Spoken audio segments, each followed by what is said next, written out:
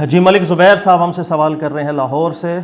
کہ سر 72 فرقے اس امت کے اندر ہوں گے، تمام کے تمام جہنم میں جائیں گے، ایک جنتی ہوگا، وہ جنتی فرقہ کون سا ہے؟ میں وضاحت کر دیتا ہوں زبیر صاحب، سب سے پہلے دن میں رکھیے گا 72 فرقے اس امت میں کثرت سے فرقے ہوں گے،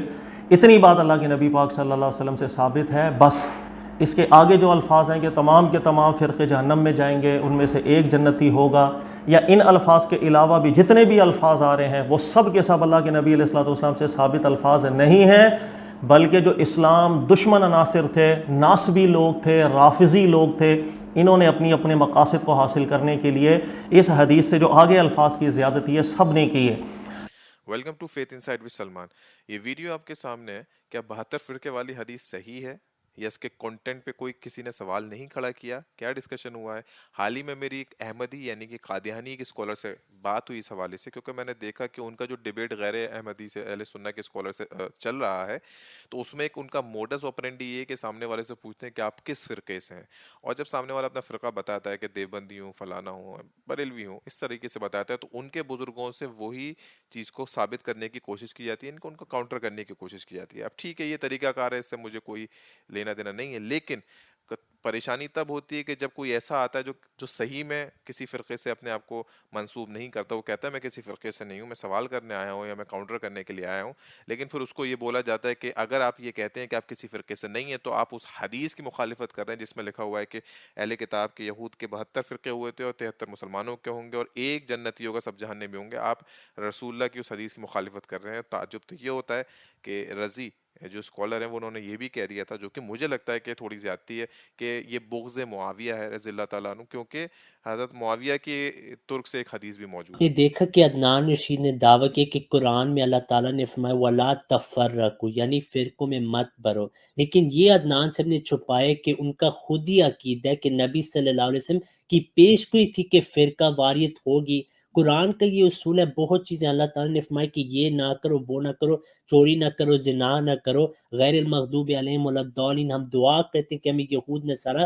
کی طرح نہ بنا۔ ان میں پیش گوئی تھی کہ یہ چیزیں ضرور ہوں گی۔ آپ صلی اللہ علیہ وسلم نے فرمایا کہ آپ دوسروں کی سنت پہ چلیں گے۔ آپ صلی اللہ علیہ وسلم نے فرمایا کہ سچا اسلام ایک ہوگا۔ آپ صلی اللہ علیہ وسلم کی پیش گوئی تھی کہ 73 فرقے ہوں گے، ایک ہی سچا ہوگا۔ عدنان صاحب کہتے ہیں کہ ہم کسی فرقے میں نہیں، انہوں نے خود ہی اپنے آپ کو امت سے نکال دیا، کیونکہ آپ صلی اللہ علیہ وسلم نے فرمایا میری امت میں 73 فرقے ہوں گے، ایک سچا ہوگا۔ اس کو بھی آپ صلی اللہ علیہ وسلم نے فرقہ ہی قرار دیا، پہلی بات۔ نبی نے فرمایا 73 فرقے جنت، 73 فرقے بنیں گے جن میں ایک جنت میں جائے گا، تو وہ ایک بھی فرقہ ہی ہوگا۔ یہ جو کہتے ہیں نا میرا کوئی فرقہ نہیں ہے، یہ تو اس حدیث سے باہر ہو گئے۔ بہت مشکل ہے بات سمجھانا، بہت مشکل۔ نبی نے فرمایا میری امت میں 73 فرقے ہوں گے، جنت میں صرف ایک،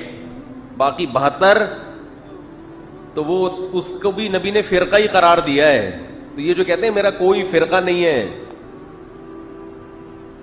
تو اس کا مطلب یہ ایک نیا ان 72 میں سے ایک بنا رہا ہے جو جہنم میں جائے۔ تو اب سوال ان لوگوں کے لیے ان کے دفاع میں ویڈیو ہے جو اپنے آپ کو کسی فرقے سے ایسوسیٹ نہیں کرتے ہیں، وہ کہتے ہیں کہ ہم کسی فرقے سے نہیں ہیں، تو کیا وہ امت سے باہر ہو گئے؟ جیسے کہ مفتی طارق مسعود صاحب نے ایک ویڈیو میں بولا کہ جو یہ کہتا ہے کہ میں کسی فرقے سے نہیں ہوں، وہ خود ایک فرقہ کریٹ کر رہا ہے، وہ امت سے باہر ہو گیا۔ اس کانٹیکس میں ہم بات کو سمجھیں گے، اور میری آپ سے ریکویسٹ ہے کہ اس حدیث کو دو پارٹ میں ڈیوائڈ کر لیں اپنے دماغ میں۔ ایک یہ کہ مسلمانوں کے فرقے ہوں گے، اور دوسرا پارٹ یہ کہ سارے جہنمی سوائے ایک کے۔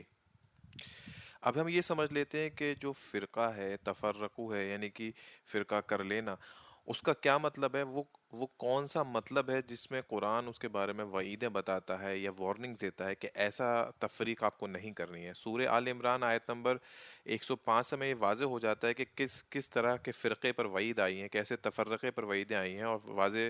تو اس میں کلیئرلی لکھا ہوا ہے کہ اللہ تعالیٰ کہتا ہے کہ اگر تم نے واضح نشانی آنے کے بعد کہ تمہارے لیے چیزیں کلیئر ہو گئیں اللہ کی کتاب میں یا نبی اور رسول کے ذریعے سے، اس کے بعد بھی تم نے اڑے رہے اپنی غلطی پر کسی بنیاد پہ کہ تم ایک دوسرے سے نفرت کرتے ہو، ایک دوسرے تمہاری دشمنی ہے، تو اس کو کہتے ہیں تفرقو۔ اس پر وعیدیں آئی ہیں جو کہ سورہ آل عمران آیت نمبر 105 میں واضح ہے۔ پھر کہا گیا ہے کہ اللہ تعالیٰ ان کا فیصلہ کرے گا۔ اب سوال یہ آتا ہے کہ اگر اس 72 اور 73 کے نمبر والی حدیث کو ایز اٹ از مان لیا جائے جس میں لکھا ہوا ہے کہ ایک فرقہ البتہ جنتی ہوگا، تو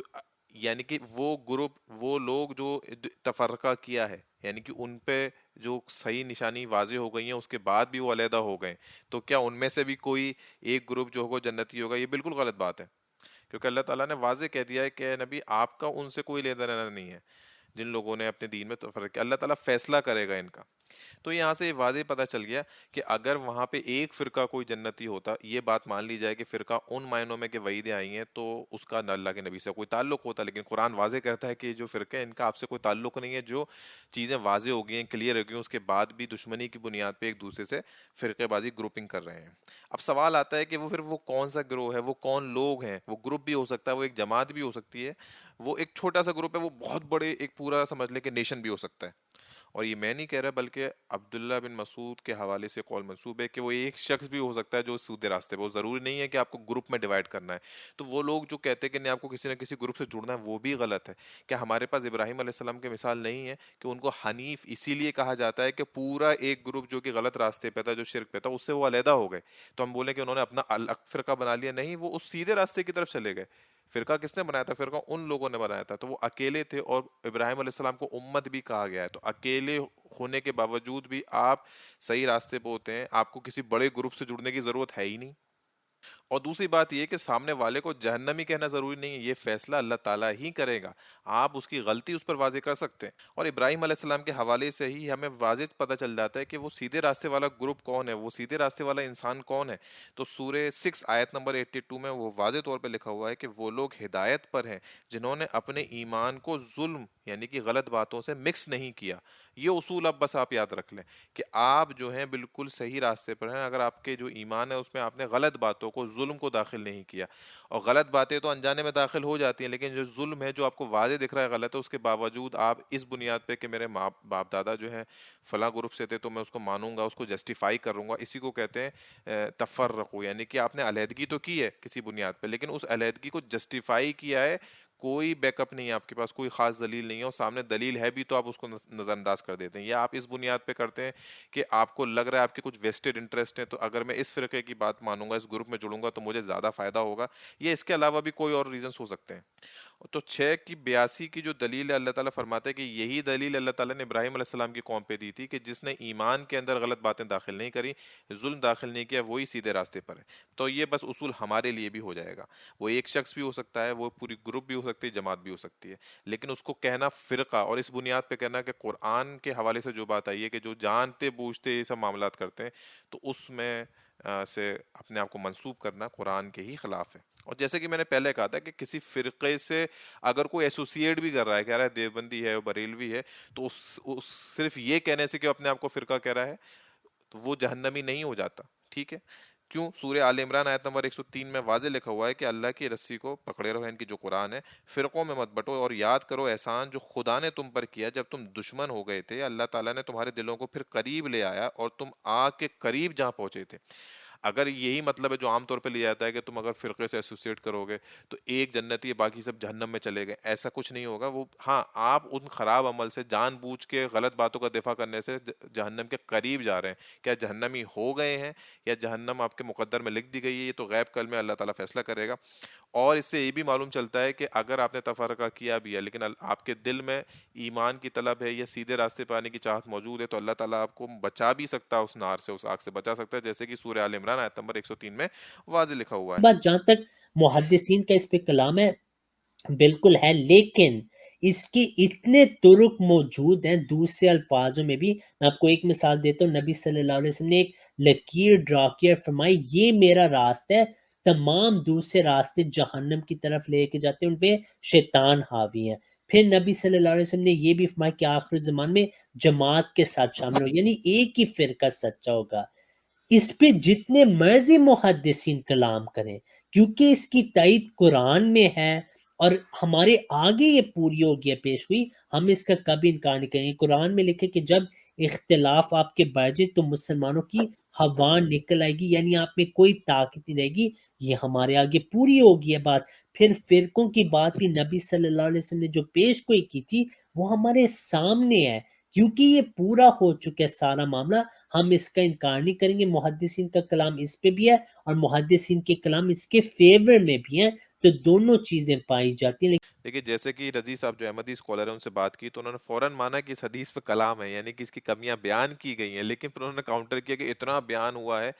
کہ یہ کہنا ہے کہ فرقے نہیں بنیں گے تو یہ بالکل ثابت نہیں ہے۔ میں یہ کہنا چاہ رہا ہوں کہ فرقے بنیں گے، کوئی گروپ کوئی جماعت بڑھ جائے گی، اس سے کسی کا انکار نہیں ہے۔ شروع سے جس نے بھی ویڈیو دیکھی اس کو واضح ہے کہ بھئی فرقے بن سکتے ہیں، اسے جب روکنے کو کہا گیا تو وہ کام امت کرتی ہے، لیکن بات یہ ہے کہ پھر اب یہ کہہ دینا ہے کہ صرف ایک فرقہ جنتی ہے باقی سب جہنمی ہوگا، یہ اللہ کے رسول صلی اللہ علیہ وسلم سے ثابت نہیں ہے، کیونکہ یہ مسئلہ ہے جو آپس میں اور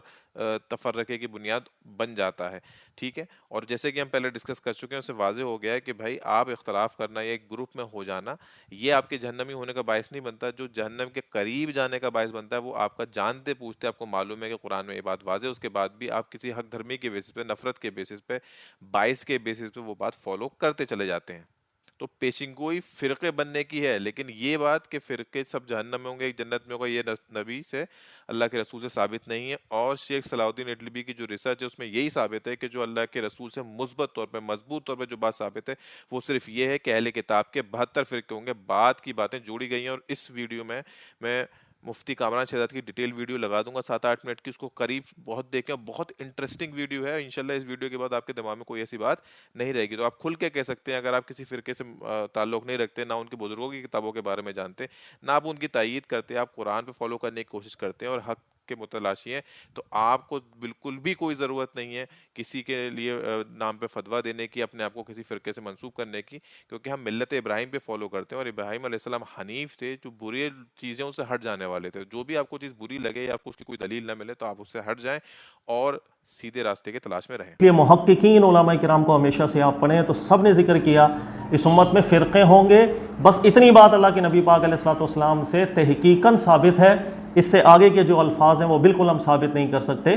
بعض علماء ایسے ضرور ہیں جن کی توجہ اس جانب نہیں جاتی ہے، تو انہوں نے ذکر کیا کہ شاید یہ الفاظ بھی ٹھیک ہیں کہ سارے کے سارے جہنمی ہوں گے، ایک جنتی ہوگا اور وہ جنتی جو صحابہ کی جماعت ہوگی، لیکن ان سے یہ غلطی ہوئی تھی اور اس غلطی کی میں نشاندہی بھی تھوڑی سی کر دیتا ہوں۔ دیکھیں جس وقت فتنے ہوئے تھے اس امت کے اندر، تابعین تبع تابعین کے دور کے اندر، تو بڑے بڑے 2-3 گروہ جو سامنے آ گئے تھے۔ ناسبی گروہ سامنے آ چکا تھا، حضرت علی کے حوالے سے نظریات اس کے ٹھیک نہیں تھے، اور رافضی گروہ سامنے آ گیا تھا، دیگر صحابہ کرام سے متعلق حضرت ابو بکر صدیق، عمر ان سے متعلق نازیبہ جملے استعمال کرتا تھا، خارجی گروہ آ گیا تھا۔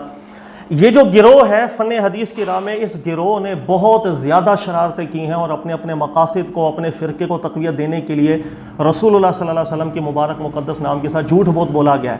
لہذا اس جھوٹ کی معرفت حاصل کرنا بہت ضروری ہوتا ہے، ورنہ صحیح سند کے جامے پہنا کر کے یہ بالکل دین بھی برباد کر گئے، ایمان بھی برباد کر گئے۔ ان میں سے یہ ایک روایت ہے، اب میں یہ روایت آپ کو بیان کر دیتا ہوں، دیکھیے گا کہ رسول اللہ صلی اللہ علیہ وسلم سے اتنی بات ثابت ضرور ہوتی ہے کہ میری امت میں فرقے ہوں گے۔ اب اس فرقے کے اندر ظاہر ہے کہ کون حق پر ہوگا، کون حق پر نہیں ہوگا، یہ جو ابحاث تھیں اس کو خود پھر فرقے والوں نے اپنے اپنے فرقے کو سپورٹ کرنے کے لیے الفاظ کی زیادتی کر دی۔ مثلا روافظ کا جو گروہ آیا تھا اور رافضیوں کے گروہ نے اس جملے کے اندر اضافہ کیا، جیسے طبرانی کی روایت ہے، اس کے علاوہ دارقطنی نے بھی اس کو ذکر کیا ہے اور دیگر محققین حضرت علی رضی اللہ تعالیٰ عنہ سے منسوب کرتے ہیں کہ میری امت میں فرقے ہوں گے، آگے لفظ ہے حق پر کون ہوگا، ما انا علی و اہل بیتی، جس پر میں ہوں گا یا میرے اہل بیت ہوں گے۔ یہ ورژن آ گیا تھا رافضیوں کی طرف سے، اور اس کے اندر جو راوی تھے وہ بالکل پکڑے گئے تھے، کون سے رافضی راوی ہیں، علماء کرام نے اس کی گرفت کر لی تھی، لہذا اس زیادتی کو قبول نہیں کیا۔ اس کے مقابلے کے اندر ناسبی کھڑے ہو گئے، پھر ناسبیوں نے کہا کہ ہم بھی اپنے مسئلہ کو سپورٹ کرنے کے لیے کچھ کریں، تو انہوں نے بھی صحیح سند کے جامے پہنا کر کے حضرت علی سے منسوب کر کے ایک روایت گڑھ لی، اور روایت کا شروع کا لفظ یہی رکھا، یعنی میری امت میں فرقے ہوں گے، لیکن آگے اضافہ دیکھیے گا کیا ہے، آگے اضافہ یہ ہے کہ اس کے اندر جو حق پر گروہ ہوگا اس کی علامت یہ ہے کہ وہ حضرت ابو بکر صدیق اور عمر فاروق ان کو گالیاں نہیں دیتا ہوگا۔ جہنمی گروہ ہونے کی نشانی یہ ہے کانو یشتمون ابا بکر و عمر، کہ وہ گالیاں دیتا ہوگا ابو بکر صدیق کو بھی، گالیاں دیتا ہوگا عمر فاروق کو بھی۔ تو یہ ناصبیوں نے ورژن نکال دیا تھا رافضیوں کے اپوزٹ ہو کر کے۔ اسی طریقہ کار سے دیگر بھی دیکھیں، ابو داؤد کی بھی جو روایت ہے نا کہ تمام کے تمام جہنم میں جائیں گے الا واحدہ وہو الجماعہ، ایک وہ صرف وہ جماعت ہے جو صحابہ کی پوری۔ اس کے اندر بھی آپ راوی کو اگر دیکھ لیں گے اظہر بن عبداللہ، آپ پڑھ لیجیے گا، پکا ناسبی راوی ہے، یہ زیادتی الفاظ کی سب نے کی ہے، یعنی ہر ایک نے اپنے فرقے کو ثابت کرنے کے لیے کہ میں جنتی ہوں، باقی سارے گروہ جو ہیں وہ جہنمی ہیں، تو ان گروہوں کے اندر جو علامات ہوتی تھی وہ ڈال ڈال کے ان سب کو جہنمی بنانا شروع کر دیا۔ اسی طریقے سے ایک گروہ آ گیا، اس نے الفاظ کی الگ زیادتی کر دی، اس نے کہا کہ امت میں فرقے ہوں گے پھر آگے ذکر کر دیا لیکن ہر وہ فرقہ جہنمی ہوگا یقیسون، جو قیاس کیا کرتا ہے، جو قیاس سے مسائل حل کرتا ہے، وہ سب جہنمی ہیں۔ بعض لوگ ایسے بھی تھے کہ جو جسے ظاہری طبقہ کہا جاتا ہے، جو قیاس کے حامی نہیں ہوا کرتے تھے، انہوں نے اپنا ورژن نکال دیا۔ تو یہ جتنی بھی زیادتی ہے حدیثوں کے اوپر، جب محققین علماء کرام کو وہ پتہ چل گیا کہ یہاں ناسبی ہیں ان روایتوں کے اندر یا رافضی ہیں ان روایتوں کے اندر، ناسبی ورژن بالکل الگ ہے اور رافضی ورژن بالکل الگ ہے، اور ہر مسلک والے نے اپنی جو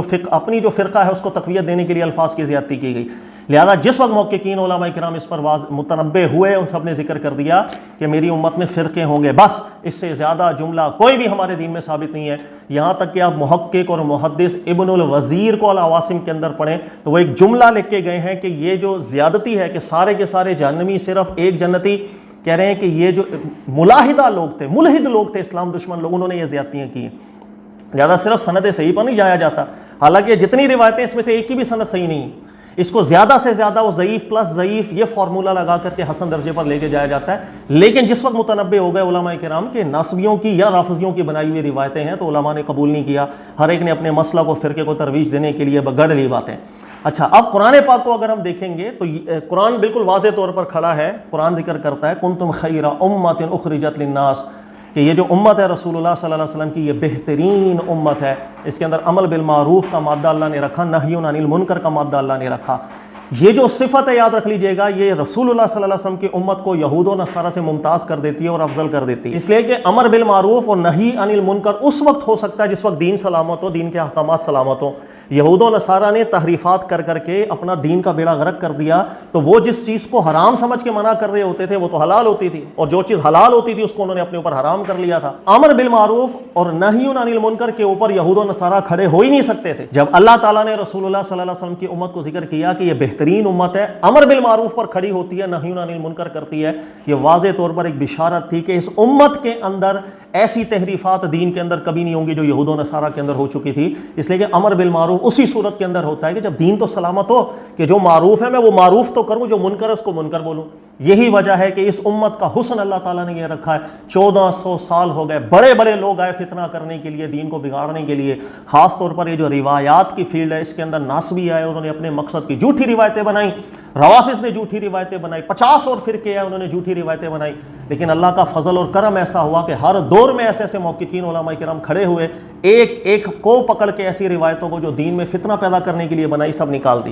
یہ دین کبھی بھی ایسا دین کسی دور کے اندر نہیں ہوا کہ ہم کہیں کہ دین ہی محرف ہو گیا۔ اس کا امر بالمعروف بھی بالکل واضح ہے، اس کا منکر بھی بالکل واضح ہے، اس لیے یہ جو امت ہے یہود و نصارہ والی امت نہیں، ان سے گھٹیا کہاں سے؟ اللہ فرمانے کنتم خیر امہ، اسی چیز کو رسول اللہ صلی اللہ علیہ وسلم نے ذکر فرمایا کہ ہماری امت میں ہر صدی میں اللہ تعالیٰ ایسے لوگوں کو پیدا کر دیں گے جو اس دین کی تجدید کرتے رہیں گے۔ یہ دین کبھی محرف نہیں ہوتا ہے، اس لیے ہر ملاوٹ والی چیز کو بھی نشاندہی کر کے ہمارے علماء جا چکے ہیں، اللہ یہ کام سب سے لے چکا ہوا ہے۔ اس لیے یہ امت یہود و نصارہ کی نہیں، یہ جو روایت ہے اگر اس کو تسلیم کر لیا جائے کہ سارے کے سارے جہنمی ہوں گے اور ایک جنتی ہوگا، تو اس کا مطلب ہے یہود و نصارہ سے زیادہ گھٹیا امت یہ ہو گئی۔ ان میں 72 فرقے تھے، اس میں ان سے بھی زیادہ ہوں گے، سارے جہنمی ہوں گے، تو قرآن پاک کے بھی بالکل خلاف ہو جاتا ہے۔ اس لیے کلہم فی النار الا واحد، یہ جو جملہ ہے یہ رسول اللہ صلی اللہ علیہ وسلم سے ثابت جملہ نہیں، نہ قرآن کے مطابقت میں بلکہ مخالف میں یہ جملہ ہے، اور محققین علماء واضح کر چکے ہوئے ہیں کہ اس کا ان دونوں کے راویوں میں یا ناسبی ملتا ہے یا رافضی ملتا ہے، اپنے اپنے مسلک کو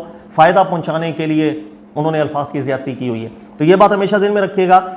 ابن الوزیر محدث اور محقق ہے، انہوں نے بھی اس زیادتی کو قبول نہیں کی، ابن حزم نے بھی موضوع قرار دیا، علامہ شوکانی رحمۃ اللہ علیہ گزرے، ان کو بھی جب یہ بالکل واضح ہو گیا تھا کہ یہ ناسبی رافضیوں کی شرارتیں ہیں، انہوں نے ذکر کیا نہیں، زیادتی کو ہم قبول نہیں کر سکتے، اور اس کی اعلیٰ درجے کی تحقیق کی ہے یوسف قرضاوی صاحب رحمۃ اللہ علیہ نے بھی، ابھی ہمارے موجودہ دور کے عالم دین ہے، کچھ ہی دن عرصہ ہوا ان کے انتقال کو، ان کی بھی آپ مکمل تحقیق پڑھ سکتے ہیں، واضح لکھے گئے ہیں ناسبیوں اور رافضیوں کی زیادتیاں تھیں اپنے اپنے مسلک کو فائدہ پہنچانے کے لیے۔ اچھا، مزید یہ بھی بیان کر دوں کہ جتنا دنیا جہان کا فتنہ ان لفظوں سے ہوا ہے کسی اور لفظوں سے نہیں ہوا، اس لیے کہ جب لفظ یہ آ گئے سب جہنمی ایک جنتی، اب کوئی بھی شخص کسی بھی فرقے سے جب تعلق رکھے گا اس کو ظاہر ہے وہی اچھا لگتا ہے، وہی اس کو ٹھیک لگ رہا ہوتا ہے، تو آٹومیٹیکلی اس کے ذہن کے اندر یہ بات آئے گی کہ میرے علاوہ سارے کے سارے جہنمی ہیں۔ لہذا یہ وہ چیز ہے جو لوگوں کے دلوں میں، مسلمانوں کے دلوں میں نفرت پیدا کر دیتی ہے، بغض پیدا کر دیتی ہے، اس لیے کہ وہ حدیث کی روشنی میں دیکھ رہے ہوتے ہیں کہ سب گروہ جہنمی، میں صرف جنتی۔ اسی طرح دوسرا گروہ والا جو ہے، جب اس کے ذہن میں یہ چیز ہے سارے جہنمی، اپنے گروہ کو وہ ٹھیک سمجھ رہا ہوگا، اس کے ذہن میں بھی آئے گا کہ سارے مسلمان باقی سب جہنمی ہیں۔ ان لفظوں نے اس امت کے اندر بہت زیادہ بگاڑ پیدا کیا، یہ ہمیشہ ذہن میں رکھ لیجئے گا۔ رسول اللہ صلی اللہ علیہ وسلم سے ایسی باتیں ثابت نہیں ہوتی جو امت میں بگاڑ پیدا کر دیں۔ اللہ کے نبی صلی اللہ علیہ وسلم کی تعلیم و تربیت ہمیشہ وہ رہی ہے جس کو قرآن نے ذکر کیا کہ جب اللہ نے قرآن نازل کیا، رسول اللہ صلی اللہ علیہ وسلم نے صحابہ کی تربیت کی، فَأَلَّفَ بَيْنَ قُلُوبِكُمْ، صحابہ کے دلوں میں الفت پیدا ہوئی اور وہ آپس میں بھائی بھائی بن گئے، فَأَصْبَحْتُمْ بِنِعْمَتِهِ إِخْوَانًا، صحابہ کرام سب بھائی بھائی بن گئے۔ لہذا یہ جملے جس سے امت میں فتنے پیدا ہوتے ہیں عام طور پہ رسول اللہ صلی اللہ علیہ وسلم سے بالکل ثابت نہیں ہوتے۔ تو ملک زبیر صاحب، مجھے امید ہے بات آپ کو سمجھ میں آ گئی ہوگی، صرف امت میں فرقے ہوں گے بس، اس کے بعد کچھ رسول اللہ صلی اللہ علیہ وسلم سے ثابت نہیں کہ کوئی یہ بولے کہ سارے جہنمی، ایک جنتی، میں جنتی، وہ دوزخی، ساری باتیں فضول، سب باتیں نبی پاک علیہ الصلوۃ والسلام سے ہمیں بچنا چاہیے منسوب کرتے ہوئے بھی، اور اسی کے فتنوں سے بچنا چاہیے کہ ہر ایک دوسرے کو جہنمی بنا کر کے بیٹھا ہوا ہے، اب میں جنتی باقی سب جہنمی۔ کہاں سے اتفاق پیدا ہوگا، کہاں سے محبت آئے گی، کہاں سے الفت آئے گی، کہاں اختلافات کو حل کرنے کی طرف ہم بیٹھیں گے؟ جب میرے سامنے کوئی شخص آ رہا ہے میں اس کو بول ہی رہا ہوں یہ جہنمی ہے حدیث کی روح سے، تو کیا بیٹھے گی محبت ہمارے دلوں کے اندر؟ اللہ تعالیٰ سمجھنے کی توفیق دے۔ جزاک اللہ خیر۔